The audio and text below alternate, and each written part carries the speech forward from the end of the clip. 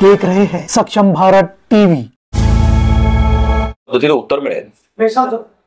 शैक्षणिक क्षेत्रामध्ये जर आपण पाहिलं तर संविधानाचा निर्णय होता बायपल्ली होताना दिसत आहे, कारण शैक्षणिक क्षेत्रामध्ये प्रत्येक ठिकाणी संविधानिक शिक्षण देण्याऐवजी धार्मिक शिक्षणाला जास्त अभाव होत आहे, तर त्यावर पण काही बंधन लागायला पाहिजे की?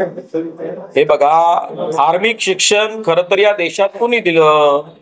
मदरशांच्या माध्यमातून धर्म लोकांनी कशा पद्धतीने पेरता करण्याचं काम केलं, कशा पद्धतीनं कच्च्या मेंदूला भडकवण्याचं काम केलं, त्यासाठीच भारतीय जनता पक्ष प्रयत्न करते ना की जर तुम्हाला संविधान समजलं त्या दिवशी सगळ्या गोष्टींची आवश्यकता पडणार नाही का आम्ही UCCच्या संदर्भाने आग्रही आहोत, त्याची कारणही आहेत। तुमचा प्रश्न अत्यंत चांगला आहे, परंतु यासाठीची जनजागृती तुमच्या देखील माध्यमातून व्हावी अशी अपेक्षा।